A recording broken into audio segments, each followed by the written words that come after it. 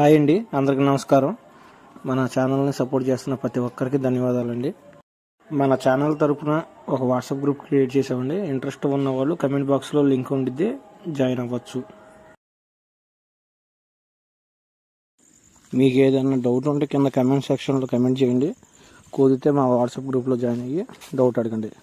నేను కాకపోయినా ఎవరొకరు మా మిత్రులైనా మీకు సమాధానం చెప్తారు. మీ డౌట్స్ క్లారిఫై అయితే మేము ఇకపై ఏమైనా నేర్చుకోవాలనుకుంటే నేర్చుకోగలుగుతాం.